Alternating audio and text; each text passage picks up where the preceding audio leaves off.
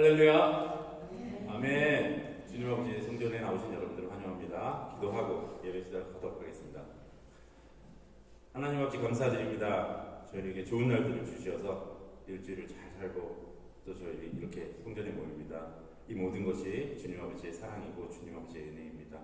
저희가 오늘 그 아버지의 사랑과 은혜를 느낄 수 있게 해주시고 오늘 예배를 통해 하나님 아버지 저희가 새로운 지체로 태어날 수 있도록 주님 아버지께서 이끌어 주시고 도와주시옵소서. 예배를 시작합니다. 함께 해주시옵고 모든 말씀 예수님 이름으로 기도드렸습니다. 아멘.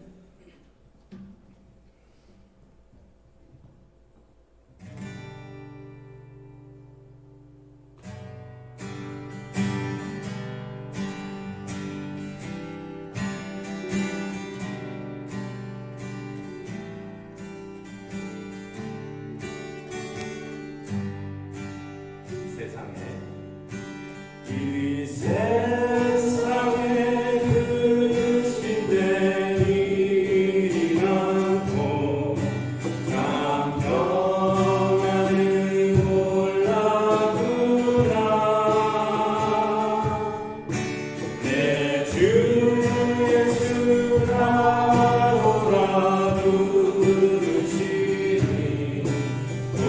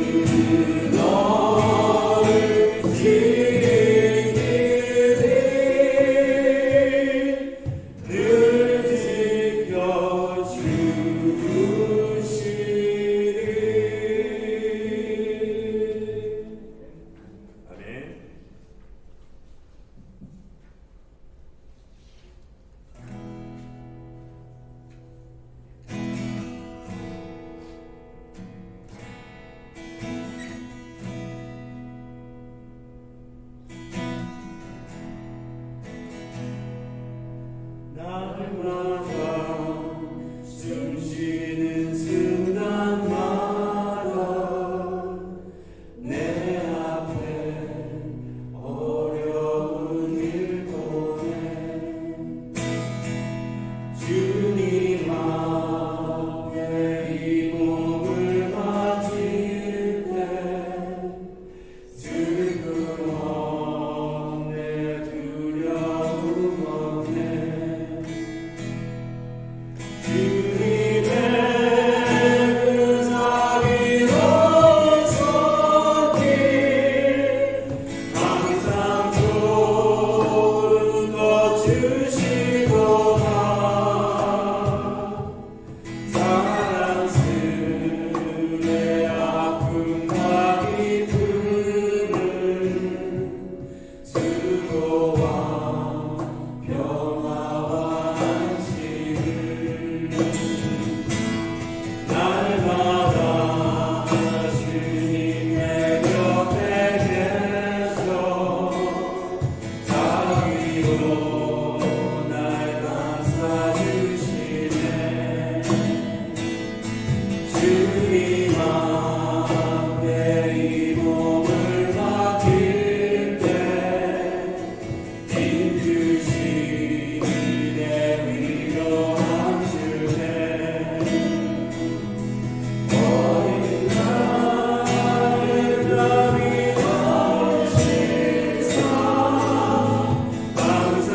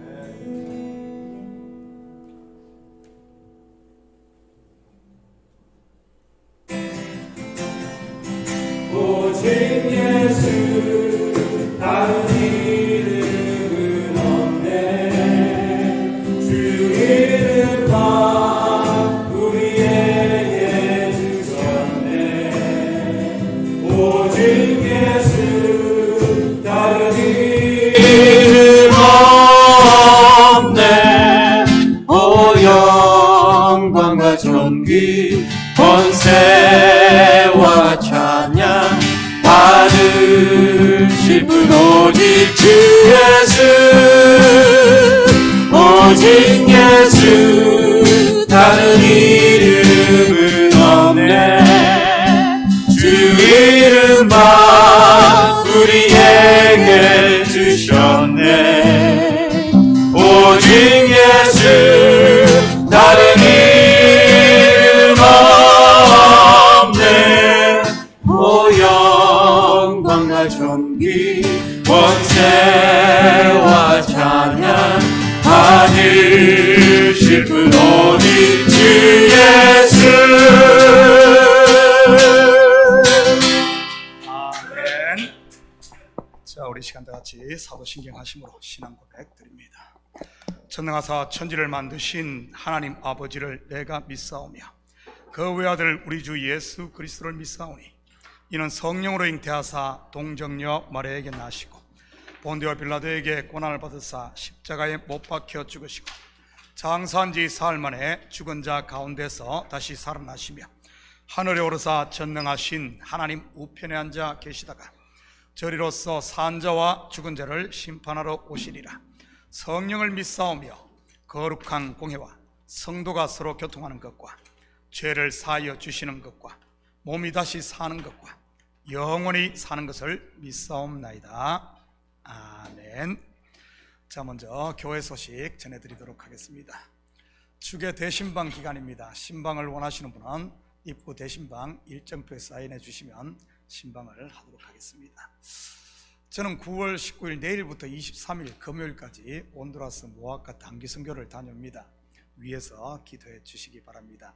4명이 가기로 했는데 그 중에 가장 모든 것을 이렇게 하시는 한 분이 해피리면 이때 코로나가 걸려가지고 못 가게 됐어요.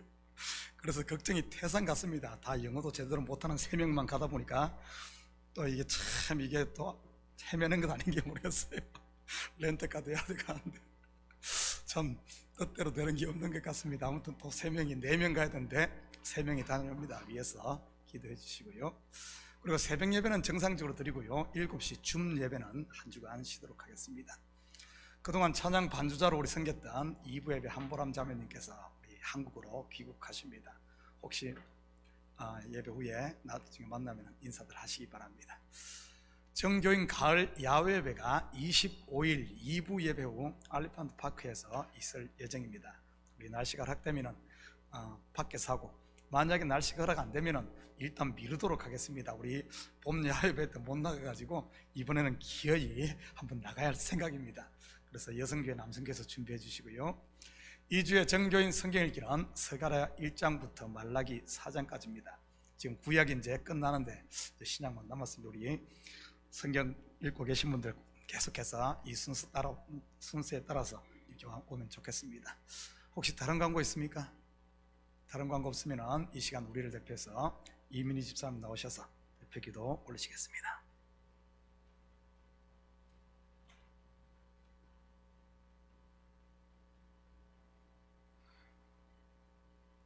하나님 아버지 감사합니다. 오늘도 주님의 은혜 가운데 예배하게 하심을 감사드립니다. 지금 이 시간 신령과 진정으로 예배드리게 하여 주시옵소서. 주님, 지난 한 주간도 세상 것들의 사랑으로 오직 주님만을 바라보지 못하고 살았음을 고백합니다. 저희들의 넘치는 욕심과 거짓과 교만함을 용서하여 주시옵소서. 매 순간순간 죄로 무너지는 저희들의 불쌍히 여기시고 다만 악에서 구하여 주시옵소서.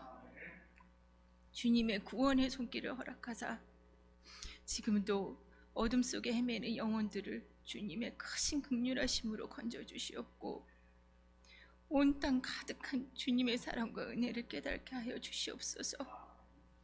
주님이 허락하시고 베푸시는 이 모든 것에 감사하는 삶을 살아가는 주님의 자녀들이 되도록 하여 주시옵소서.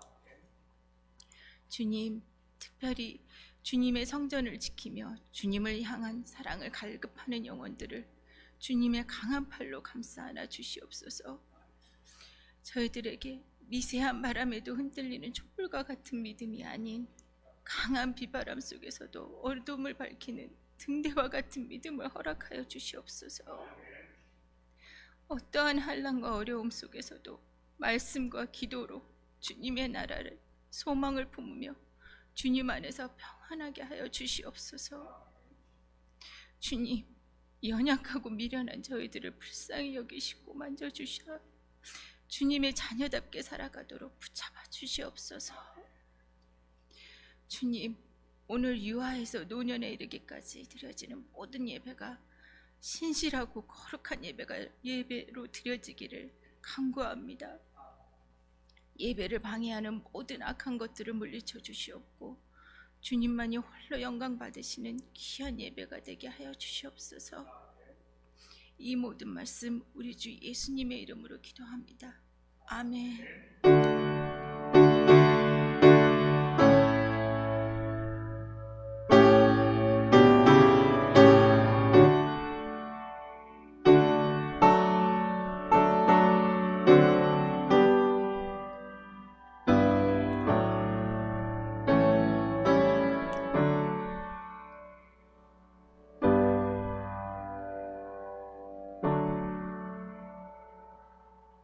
오늘 이 시간 하나님께서 우리에게 주시는 하나님 말씀은 로마서 5장 1절에서 11절까지 말씀입니다. 저와 여러분이 한 절씩 나누어서 교독합니다. 그러므로 우리가 믿음으로 의롭다 하심을 받았으니 우리 주 예수 그리스도로 말미암아 하나님과 화평을 누리자.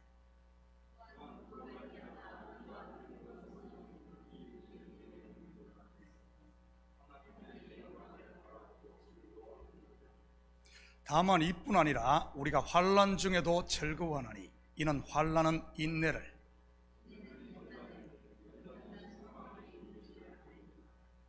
소망이 우리를 부끄럽게 하지 아니함은 우리에게 주신 성령으로 말미암아 하나님의 사랑이 우리 마음에 부음바 됨이니.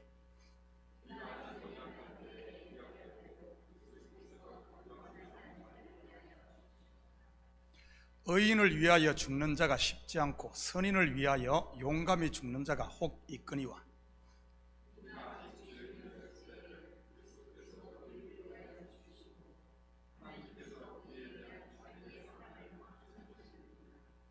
그러면 이제 우리가 그의 피로 말미암아 의롭다 하심을 받았으니 더욱 그로 말미암아 진노하심에서 구원을 받을 것이니.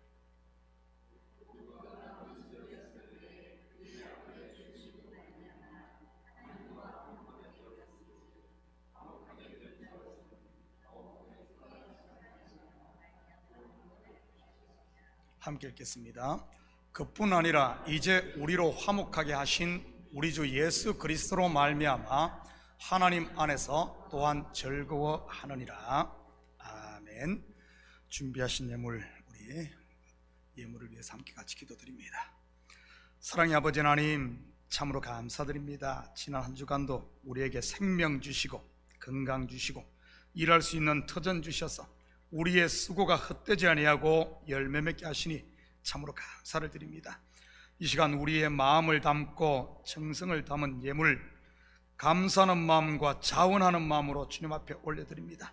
11조로 드립니다. 감사 예물, 주일 예물, 선교 예물로 드립니다. 드린 손길마다 복되게 하시고 모든 물질의 주인뿐만 아니라 우리의 주인이 하나님이심을 매 순간순간 고백하며 살 수 있도록 우리 주님 도와주시옵소서. 이 험악하고 혼란한 세대 가운데서 참으로 우리가 온전히 아버지 하나님 요동하지 않는 반석 위에 서는 믿음을 갖길 원합니다. 우리 주님, 우리 성도들 눈동자와 같이 보호하여 주셔서 세상 가운데서 아버지 하나님 넘어지지 않도록 치여 도우시고 특별히 사업처와 가정과 우리 자녀들이 주님께서 주시는 복을 온전히 누릴 수 있는 저들 될 수 있도록 축복하여 주시옵소서. 이 예물이 쓰이는 곳마다 주의 영광 드러나게 하시고 영혼 구령사업과 선교사역과 구제사역에 온전히 쓰일 줄 믿사오며 이 모든 말씀 예수님의 이름으로 기도드립니다. 아멘. 좋은 아침입니다. 지난 주일 오후에 우리 찬양팀 단장님이신 홍성일 집사님으로부터 전화가 왔습니다. 찬양팀을 섬기던 한보람 자매님 송별회 및 우리 새 단원 환영회를 하는데 오실 수 있냐고 말이지. 제가 다른 자리는 몰라도 먹는 자리는 잘 빠지지 않거든요. 열일 제쳐놓고 갔지요. 그렇잖아도 요즘 신방 기간임에도 사인하신 분들이 많지 않으니 먹을 일도 별로 없고요. 그래서 그런지 어제는 점심과 저녁까지 맛있는 대접을 받았습니다. 가을은 청고 마비의 계절이라고 하지 않습니까? 하늘은 높고 말은 살이 찌는 계절 말이지. 그런데 여기 있는 문 목사는 살이 빠지고 있으니 어떻게 된 겁니까? 그렇다고 신방 받으실 분들 식사 준비하라는 말은 전혀 아닙니다. 편안하게들 신방들 받으시기 바랍니다. 신방 받으라고 할 때는 안 받고 꼭 시험 들면 우리 목사님은 성도에게 관심이 없다는 등 사랑이 없다는 등 좀 그러지 마시고요. 그래서 제가 찬양팀 회식에 가서 오리고기를 2인분을 먹었다는 것 아닙니까? 그러면 또 어떤 분들은 이렇게 불평하시는 분들이 있을 겁니다. 찬양팀 회식에 오리고기를 먹어? 돈이 썩어나는구만. 썩어나. 여러분, 그러면 회식 자리에 죽 먹습니까? 여러분, 요즘에는 죽값이 더 비싸다는 것 아십니까? 오리고기를 먹어야 찬양팀이 소리를 좀 낼 것 아닙니까? 좀 꽥꽥하면서 좀 소리가 커야지 이게 은혜가 되지. 뭐 지 다 죽어가는 소리 내가 되겠어요? 다음에 회식할 때는 좀 참새고기도 좀 들었으면 좋겠습니다. 물론 참이슬은 빼고요. 회식 자리에서 제가 이 집사님께 어떻게 찬양단에 조인하게 되었는지 제가 물었습니다. 이숙희 집사님 말입니다. 그때 집사님께서 하시는 말씀이 지난 몇 주 동안 설교를 들을 때마다 마음에 부담을 많이 느꼈다고 하더군요. 그러고 있는 와중에 안진나 전사님께서 찬양팀을 함께 하자고 해서 조인하게 되었다고 합니다. 그 말을 듣고 저는 깜짝 놀랐습니다. 왜냐하면 제가 로마서를 강의하면서 한 번도 하나님을 위해 죽읍시다, 교회를 위해 집도 팔고 땅도 파십시다, 예수를 위해 헌신하고 충성하십시다 하며 부담을 드린 적이 한 번도 없거든요. 그렇다고 헌금이나 봉사, 전도나 선교하라고 푸시한 적도 없고요. 물론 푸시한다고 뭐 여러분들이 고분고분 들을 사람도 아니지만 말이지. 그저 비가 오나 눈이 오나 바람이 부나 그리웠던 30년 세월이 아니고 He did it, 바로 주께서 하셨다는 복음만을 전했습니다. 하나님이 이루신 구원, 그것을 우리에게 선물로 주신 하나님의 은혜, 그리고 하나님의 나라의 평강을 누리라고 말이지. 그런데도 제 설교를 듣고 마음에 부담을 느꼈다고 하니 제가 놀랄 수밖에 없지 않겠습니까? 어떻게 된 것일까요? 장로님들이 뒤에서 부담을 주었을까요? 아니면 목장 리더님들이 부담을 주셨을까요? 누구일까요? 바로 이 집사님 속에, 그리고 저와 여러분 속에 내주하시는 성령 하나님인 줄 믿습니다. 이 집사님이 받은 마음의 부담, 그것을 신학적인 용어를 빌려 쓰자면 콜링, 부르심이라고 하는 것입니다. 설교를 제대로 들은 것이지요. 은혜를 바로 알면 내가 빚진 자임을 깨닫게 되는 것이니까요. 어떤 빚이죠? 복음의 빚, 사랑의 빚 말입니다. 여러분, 누군가에게 빚져봤습니까? 저는 여러 번 빚져봤습니다.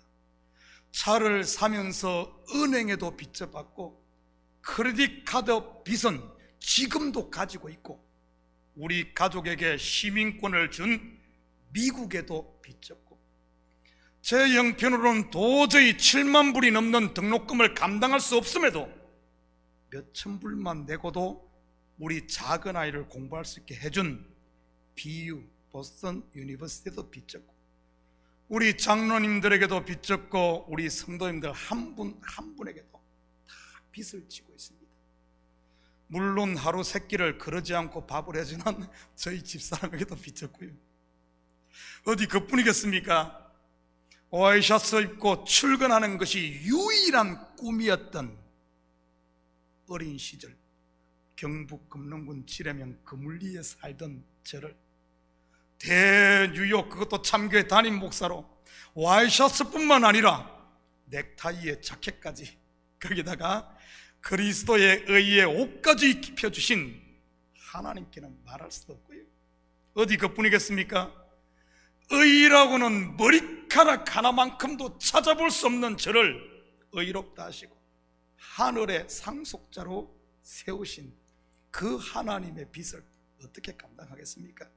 살면 살수록 빚만 늘어나는 것을 깨닫게 됩니다. 사랑의 빚 말이지. 그런데 놀라운 사실은 세상의 빚 곧 멍에는 우리를 짓누르는 짐이 되는 데 비해 사랑의 빚은 우리를 가볍게 한다는 사실을 아십니까? 마태복음 11장 28절에 30절입니다.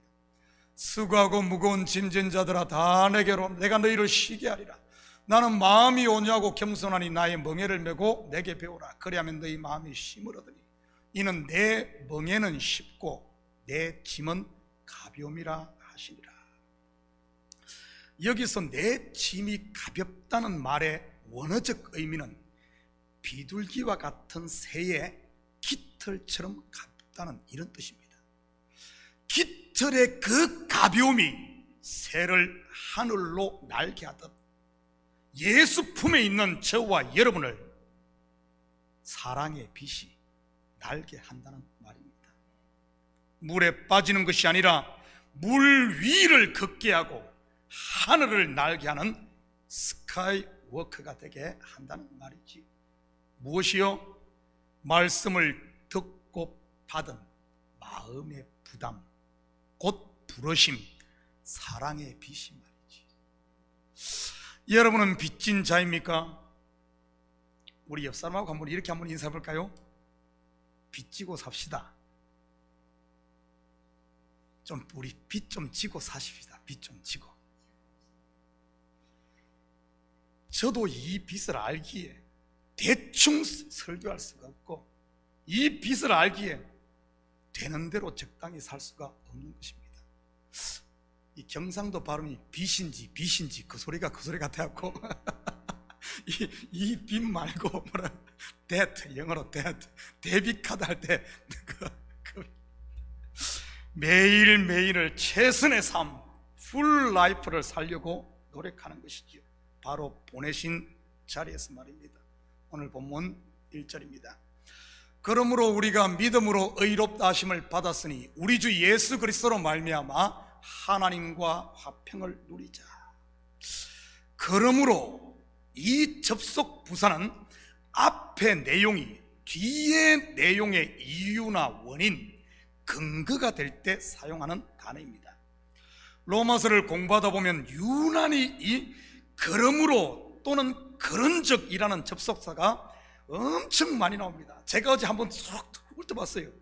셀 수 없을 만큼 많이 나옵니다. 이 말은 주제가 다른 것이 아니라 로마서 전체 주제가 하나로 이어진, 통으로 이어진 한 주제를 계속해서 그러므로 그런적 하면서 이어가고 있다는 그 의미거든요.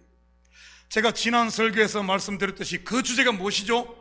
로마서의 핵심, 이신칭의, 의인은 오직 믿음으로 말미암아 살리라. 행위가 아닌 믿음, 곧 은혜를 이야기하는 겁니다. 요즘 아이들이 전부 무엇에 사로잡혀 있죠? 핸드폰, 게임이죠. 이 시대 성도들은요, 인터넷입니다. 인터넷에서 자기가 좋아하는 설교만 들으며 편식을 하다 보니 전부 가분수가 되어 있지 않습니까? 머리는 대산만큼 큰데 팔다리는 꼭 개미다리와 같다고나 할까요? 한마디로 선악과 밑에서 매일 침만 삼키는 하와와 같은 것이지. 먹음직도 하고 보암직도 하고 지혜롭게 할 만큼 탐스럽기도 한 인터넷에서 내가 좋은 것만 자꾸 먹으려고 하지 않습니까? 인터넷 설교를 들으면서 내 마음을 도려내고 치유하는 생명의 말씀을 들을까요? 천만에요. 그런 설교 나오면 바로 손가락 끝 하나로 그냥 아웃시켜버립니다. 클릭하고 아웃시켜버리죠. 그거 듣고 있는 사람이 누가 있습니까? 내 마음을 찌르고 나를 깨뜨리는데 그거 듣고 있는 사람이 누가 있어요? 제가 장담하건대 그런 설교 듣고 있을 성도는 없을 것이 틀림없습니다. 그런 설교 듣는 사람은 어디에 있을까요? 당연히 교회에 앉아있지요. 교회에 앉아있지. 여러분 속지 마시기 바랍니다. 육을 즐겁게 하는 것이 바로 넓은 길이요 멸망의 길이라는 사실 말이지요. 그렇다고 특별한 사정이 있어서 요즘 같은 코로나 시대에 온라인으로 예배 드리는 분들까지 싸잡아 하는 말은 아닙니다. 괜히 지금 가정에서 예배 드리는 분들 시험 들지 마시기 바랍니다. 그런 의미 아니니까. 여러분들을 말하는 것이 아니라 말씀을 지적 호기심 충족의 도구로 삼는 분들 말입니다.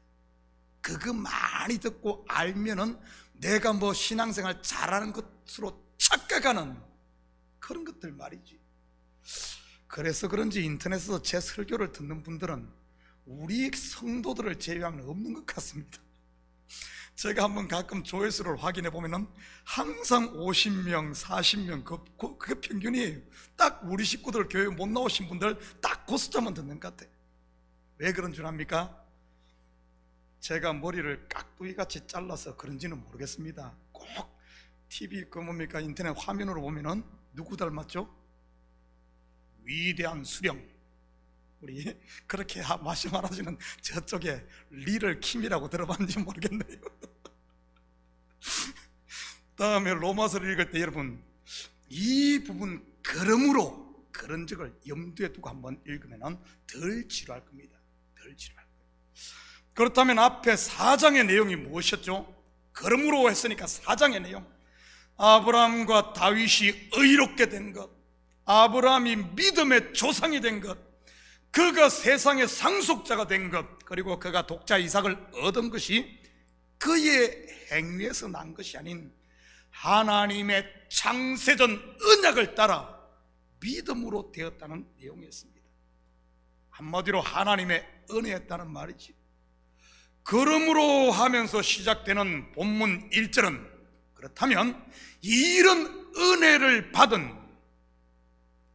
받은 성도의 삶이 어떠해야 할 것인가 하는 것을 소개하고 있습니다. 오늘 본문을 같이 살펴보면서 내가 과연 은혜 받은 자의 삶을 제대로 살고 있는지, 그렇지 않은지 한번 점검해 봤으면 좋겠습니다. 먼저 1절에 믿음으로 의롭게 하심을 받았으니 할 때 이 믿음의 실체는 나에게서 난 믿음이 아닌 하나님의 믿음입니다.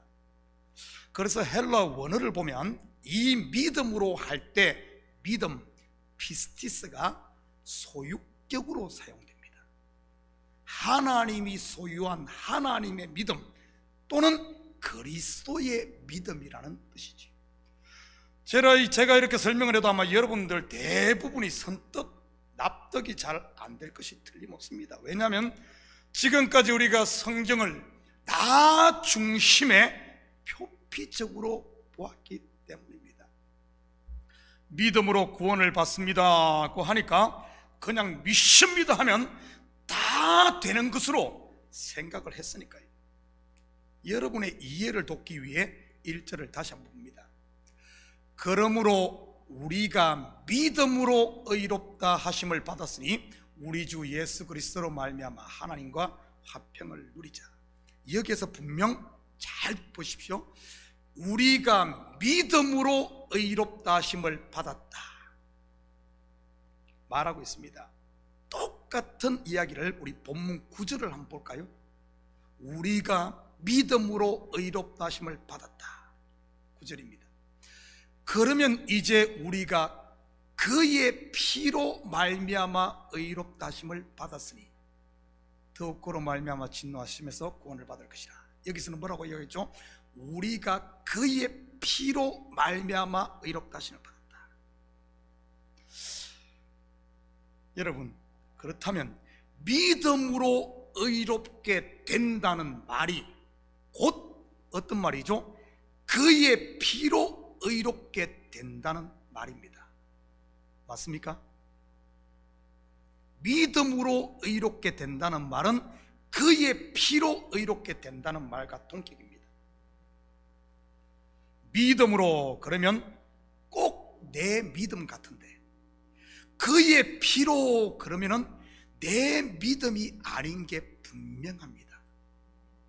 같은 내용을 로마서 3장 24절에서는 이렇게 소개하고 있습니다. 그리스도 예수 안에 있는 속량으로 쭉 가면서 의롭다 하심을, 그리고 하나님의 은혜로 값없이 의롭다 하심을 이렇게 말하고 있어요. 여러분, 정리하면 믿음으로 의롭게 된다는 말은 그의 피로 또는 예수 안에 있는 속량으로, 하나님의 은혜로, 하나님의 언약으로, 그리고 예수의 이름으로 의롭게 된다는 말입니다. 만약 믿음으로를 믿습니다 하는 나의 믿음으로 생각을 하는 것은 마치 내 피로 의롭게 된다는 말과도 같은 겁니다. 그런데 지금까지 우리는 어떻게 생각했습니까? 믿음으로 그러면 내 믿음으로 되는 줄로 생각을 했죠. 그런데 그 이야기가 아니란 사실입니다. 내 피로, 내 땀으로, 내 노력으로 구원을 얻겠다는 그런 의미인 겁니다.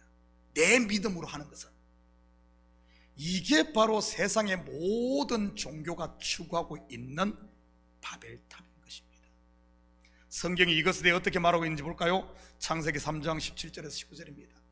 아담에게 이르시되 내가 내 아내의 말을 듣고 내가 내게 먹지 말란 나무의 열매를 먹었은즉 땅은 너로 말미암아 저주를 받고 너는 내 평생에 수고하여야 그 소산을 먹으리라.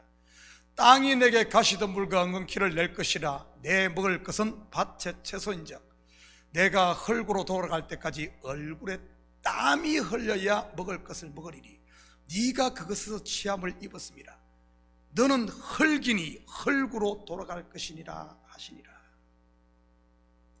스스로의 힘으로 선악과를 따먹고 하나님과 같이 되려고 했던 아담과 하와, 평생 땀을 흘리지만, 평생 노력하지만, 평생 쎄빠지게 일하지만 그 결과는 nothing, 먼지, 흙으로 돌아가는 것입니다.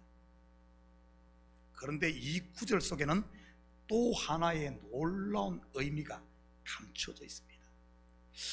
율법의 의로 의롭게 되겠다는 첫 번째 아담의 수고, 곧 땀은 자신이 먼짐이 드러나 흙으로 돌아가지만, 두 번째 아담으로 오신 예수 그리스도의 겟셋만의 동산의 땀과 골고다 언덕에서 흘린 피는 저와 여러분을 의롭게 하나님의 자녀가 되게 한다는 사실이지. 바로 내 믿음이 아닌 그분의 믿음, 내 피가 아닌 그분의 피, 내 노력이 아닌 그분의 수고가 우리를 살린다는 말입니다. 그렇다면 은혜를 아는 성도 곧 빚진 자의 삶은 어떠해야 할까요? 먼저는 하나님과 화평을 누리는 삶입니다. 어떻게 하는 것이 하나님과 화평한 것일까요? 언제 우리가 하나님과 불화했나요? 당신 말이야 어떻게 나에게 이럴 수가 있어 하며 하나님과 삿대질하며 싸움질했습니까? 여러분, 좀 하나님과 화평하라 그러니까 좀 막연하지 않나요? 하나님과 어떻게 화평합니까? 하나님과 화평한다는 말의 진의가 무엇인지 예수님이 베푸신 이런 아들을 찾는 비유를 통해 좀 더 구체적으로 한번 살펴보겠습니다. 제가 여러분에게 질문을 할 테니 마음으로 여러분 스스로 한번 답을 해보시기 바랍니다. 날이면 날마다 자기 몫으로 받을 상속만을 꿈꾸며 한 집에서 살던 그때, 아버지와 한 집에서 살던 그때 둘째 아들과 아버지가 화평한 것이었을까요? 드디어 아버지의 상속을 받고 나름 인생 최고의 날을 누리며 허랑방탕하게 살던 그때가 아버지와 화평한 것일까요? 아들에게는 소원 성취를 이뤘으니 말이지. 마음으로 그랬지 않겠습니까? 아버지가 나에게 이 재산을 줬으니 우리 아버지 최고 이랬지 않았겠어요? 물론 쫄딱 망해 돼지 먹는 쥐염 열매로 배를 채우고 있을 때는 아닐 테고 말이지. 그때 아버지를 얼마나 원망했겠습니까? 괜히 죽지도 않았으면서 나에게 상속을 해줘가지고 내가 이런 개고생한다고 말이지요. 사실은 정반대임에도 말입니다. 결국 죽게 생겨 오갈 데 없는 낙동강 오리알 신세가 되고 맞아 죽을 각오를 하고 아버지 집에 돌아왔는데 맞기는커녕 오히려 두 팔을 벌려 안아주시고 인장반지와 세마포옷을 입혀주시고 그의 마음의 눈이 열려 아버지의 본심을 알고 아버지가 준비한 그 잔치자리에 함께 앉아 면목은 없지만은 함께 누리는 그때가 화평한 것일까요? 두말하면 잔소리겠죠. 바로 아버지의 마음을 알고 베푸신 잔치를 누리는 그것이 화평이라는 사실. 바로 은혜와 평강의 하나님의 나라를 누리는 삶 말이지. 그렇다면 쎄빠지게 아버지 집에서 아버지를 위해 일만 하고 있는 큰아들의 상태는 어떨까요? 아버지와 화평을 누리고 있습니까? 아니면 그렇지 않은 겁니까? 겉으로야 화평한 것 같지만 실상은 한 지붕 두 가족인 것이요 동상이몽을 꾸고 있는 것 아니겠습니까? 여러분은 지금 하나님과 화평하고 있습니까? 혹시 지옥 가면 어쩔까 두려워 쎄빠지게 예배드리고 기도하고 봉사하고 성경 읽고 뭐하고 있지는 않습니까? 겉으로 보면은 최고의 신자 같고 최고 같은데 속을 들여다보면은 전혀 다른 한 지붕 두 가족 말이지. 바로 알아야 됩니다. 그리고 하나님과 화평을 누리자라는 말 속에는 한 가지 의미가 더 있습니다. 요한일서 4장 20절입니다.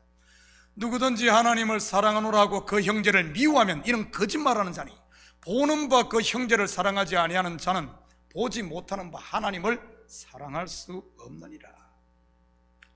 이 말은 단순히 성도들과 좋은 관계를 가지라는 말 이상의 의미를 담고 있습니다. 바로 돌 맞아 죽어도 아무런 할 말이 없는 죄인이 아버지의 은혜를 입어 잔치자리에 참여하여 참으로 은혜를 입고 아버지 앞에서 빚진 자가 되었듯이 은혜 받은 우리도 서로 용납하는 것이 바로 성도의 삶이요 마땅하다는 이런 말이 들어있는 겁니다.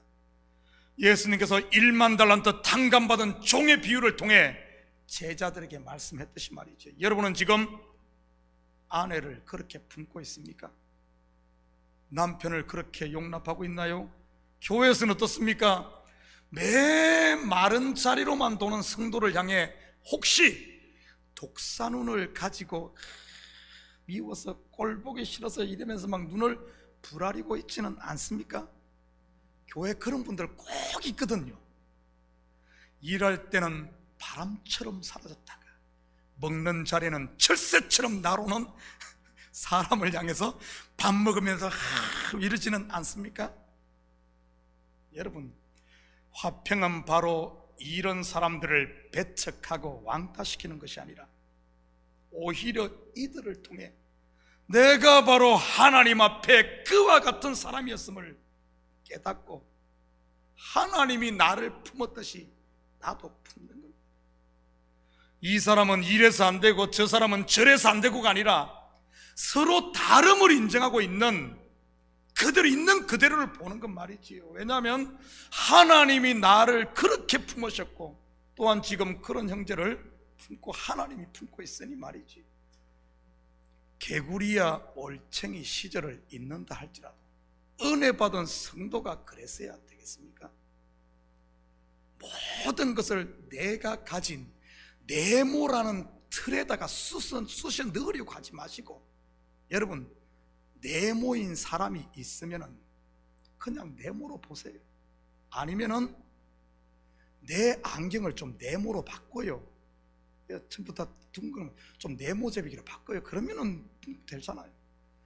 세모인 사람이면 내가 세모 안경을 쓰면 되는 것이지, 그걸 가지고 막 억지로 들어가지도 않는데 막 잘라내려고 하고 막 쑤셔넣으려고 하고, 이러다 보니까 전부 문제가 있는 것 아닙니까? 하나님이 완전이라는 이 하나님은 거룩하고 완전한 분 아닙니까? 거기다가 우리를 너 여기다 쓰다 하지 않았잖아요. 하나님이 이 땅에 내려오셔서 우리를 그냥 품었잖아요. 믿음이 어린 사람은 어리다고 무시하지 마십시오. 믿음이 좋은 사람은 또 좋다고 시기하지도 마시고요. 그러다 보니까 내 마음이 하나님이 주신 천국을 광야로 자꾸 그러는 것 아닙니까? 이 시대 환경이 어쩌고 막 세상이 광야로 변해간다, 사막화된다 하는데 그 세상 걱정하지 마시고 내 속의 마음이 사막화되는 것을 걱정하셔야 됩니다. 여러분, 두 번째 은혜를 아는 성도는 즐거워하는 삶입니다. 본문 2절에서 4절입니다. 또한 그로 말미암아 우리가 믿음으로 서 있는 이 은혜에 들어감을 얻었으며 하나님의 영광을 바라고 즐거워하느니라. 다만 이뿐 아니라 우리가 환난 중에도 즐거워하나니 이는 환난은 인내를, 인내는 연단을, 연단은 소망을 이루는 줄 알미로다. 여기서 즐거움은 단순히 세상이 주는 일시적인 감정적 즐거움만을 말하는 게 아닙니다. 예를 들어 복권을 사면 하루가 즐겁고, 안 해봤으니 알 수가 있나, 오늘 가면서 복권 한번 사봐요, 기분 좋아. 그냥 사지 말고 이거 분명히 이게 될 것이라는 걸, 그럼 하루 즐겁습니다. 차를 사면 일주일이 즐겁고, 집을 사면 한 달이 즐겁고, 결혼하면 1년이 즐거운 그런 것들 말이지.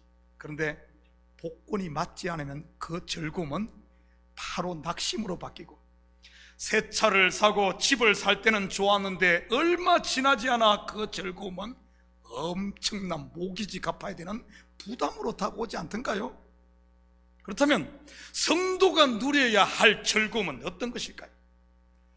바로 하나님의 영광을 바라는 즐거움으로 잃었던 아들을 찾은 하늘 아버지의 즐거움에 내가 연합되는 것을 말합니다. 내가 연합되는 것, 그게 믿음의 세계 아닙니까? 누가복음 15장 6절입니다. 집에 와서 그 벗과 이웃을 불러 모으고 말하되 나와 함께 즐기자. 나의 잃은 양을 찾아내어 놓으라니라. 나와 함께, 내 기쁨, 이거 나 혼자 누리려고 한 것 아니니까 내 기쁨에 동참해서 함께 누리자, 함께 즐거워하자. 이러한 즐거움은 세상의 환난이나 그 무엇이 빼앗아갈 수 없는 것입니다. 즐거움의 근원이 나에게 있지 않고 세상에 있지 않으니까요. 마치 뿌리를 깊이 내려 마르지 않는 깊은 물샘에 그 근원을 둔 나무가 가뭄이 와도 잎이 마르지 않는 것처럼 말입니다. 이런 성도는 오히려 환난이 오면 올수록 더 하나님을 의지하게 되고, 그러기에 환난이 인내를, 인내는 연단을, 그리고 연단은 소망으로 나아가는 것입니다. 나무를 예로 든다면 가뭄이 심할수록 나무가 어떻게 된 줄 압니까? 자기가 쥐고 있던 이 잎사귀를 스스로 떨어뜨립니다. 그거 알아요? 스스로 떨어뜨리면서 뿌리를 깊이, 왜냐하면 이것만 가지고 있으면 안 되니까. 그래서 날씨가 추우면 잎이 떨어지는 이유가 그것을 버텨나가기 위해서 딱 움츠리는 겁니다. 그러기에 진짜와 가짜는 환난이 오면 다 드러나는 겁니다. 진짜는 환난이 오면 예수만 붙들고 나머지를 다 털어냅니다. 그런데 가짜는 환난이 오면 더 자기를 붙드는 것 말이지. 예수를 놓아버립니다. 가짜는. 5절이 그것을 말하는 것 아닙니까? 5절입니다. 소망이 우리를 부끄럽게 하지 아니하면 우리에게 주신 성령으로 말미암아 하나님의 사랑이 우리 마음에 부은 바 됨이니. 소망 곧 내가 쥐고 있는 세상에 내 것을 놓고 하나님 손에 온전히 붙들릴 때 나를 향한 하늘 아버지의 온전한 사랑을 그때서야 만나게 되는 것입니다. 마치 둘째 아들이 다 잃고 빈털터리가 되어서야 아버지의 사랑을 알았듯이 말이지. 그러니 그 마음에 무엇만 남겠습니까? 아버지의 사랑, 그 은혜만 남는 것입니다. 그것을 설명한 구절이 바로 8절인 것이고요. 8절 같이 봅니다. 우리가 아직 죄인 되었을 때 그리스도께서 우리를 위하여 죽으심으로 하나님께서 우리에 대한 자기의 사랑을 확정하셨느니라.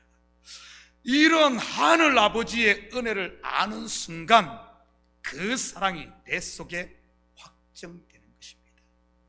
이런 아들에게는 내 것, 아버지 것의 구분이 더 이상 없어지는 것이죠. 내 것이 아버지 것이요, 아버지 것이 내 것이니까요. 하나가 되는 겁니다. 영원히 변치 않는 하늘 아버지의 즐거움이 바로 내 즐거움이 되는 겁니다. 여러분, 이것을 조금 눈에 보이는 쪽으로 본다면 정말 성도가 제대로 자라가면 교회의 즐거움이 내 즐거움이 됩니다. 교회 성도들이 목사가 잘 되고 장로님이 잘 되고 어떤 분이 잘 됐다는 이야기가 그것으로 같이 기뻐해요. 하나가 됩니다. 그런데 그러지 못한 사람은 어쩐 줄 압니까? 교회가 잘 된다 그러면은 내가 헌금했는데 나는 지금 죽어가는데 교회만 잘 돼? 목사님 배만 불리네? 아니면 어떤 집사님이 잘 되면은 시기가 나서 교회 오는 발걸음이 천근만근이 됩니다. 나는 지금 집에서 지금 끓일 것이 없는데 누가 잘 됐다 소리가 들으면 이가 갈리는 거예요. 그렇게 되는 겁니다. 하나님과 하나 된 이 하늘의 즐거움, 정말 이 즐거움을 누가 빼앗아 갈 수 있겠으며 그분과 연합된, 하나님과 연합된 이 사랑을 세상이 어떻게 끊어가겠습니까? 오히려 세상에 환난이 더할수록, 고난이 더할수록 성도는 오히려 하나님만 붙잡고 그 사랑만 남대 말이지. 사랑하는 성도 여러분, 이 한 주도 하나님께서 저와 여러분에게 주신 은혜와 평강의 하나님 나라의 복을 누리시고 그분 안에서 살아가심으로 하나님의 즐거움으로 즐거워하고 받은 은혜와 사랑을 여러분의 삶의 현장에 나눔으로 하나님과 화평, 하나님의 화평을 누리고 이웃과 화목하고 가정에 사랑하며 사는 이런 복된 한 주 되기를 주님의 이름으로 축복합니다. 같이 기도하십시다. 사랑의 아버지 하나님, 참으로 감사드립니다. 저희들에게 아버지 하나님 이런 복을 주셨건만 우리는 세상의 지혜의 그 복을 누리지 못하고 화목하지 못하고 있지는 않습니까? 하나님, 이런 것들이 우리 가운데 있다면은 이런 불순물들을 도가니에 넣고 끓임으로 말미암아 참으로 아버지 하나님 주님의 은혜와 사랑, 아버지 하나님 이것만이 온전히 남아 세상 가운데 주님의 이 사랑을 전하며 사는 우리 식구들 될 수 있도록 축복하여 주시옵소서. 감사드리며 예수님의 이름으로 기도드립니다. 아멘. 우리 다 같이 자리에서 일어납니다. 우리 찬송 445장 우리 드리신 후에 축도 예배를 마칩니다.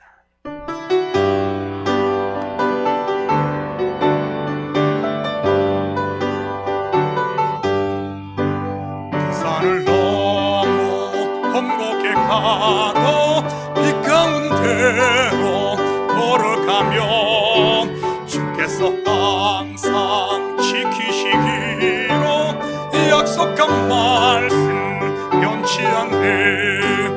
하늘의 영광, 하늘의 영광 나의 맘속에 차고도 넘쳐 할렐루야를 힘차게 불러 늘 찬양하리. 캄캄한 밤에 다닐지라도 주께서 나의 길 되시고 나에게 밝은 빛이 되시니 길 잃어버릴 염려 없네. 하늘의 영광, 하늘의 영광 나의 맘속에 차고도 넘쳐 할렐루야를 힘차게 불러 영원히 주를 찬양하리.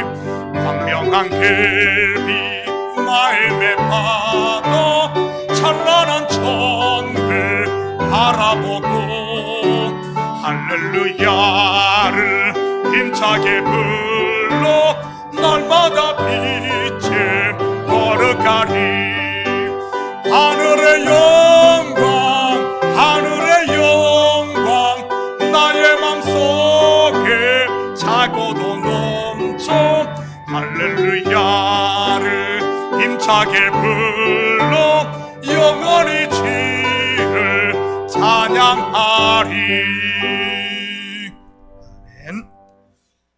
이제는 우리 주 예수 그리스도의 은혜와 하나님 아버지의 무한대하신 사랑하심과 성령님의 감화 감동 충만 역사 위로하심이 하나님이 주신 은혜 안에 하나님과 화평을 누리고 우리의 삶의 현장에 화목하며 그 가운데 그리스도의 살아계심과 하나님의 은혜와 사랑을 흘려보내고 전하며 이 세상 가운데 빛으로 살기를 원하는 사랑하는 성도들의 머리 위에, 저들 가정 위에와 사업 위에, 그리고 그 두고온 부모 형제들 머리 위에 이제로부터 영원토록 함께 있을지어다. 아멘.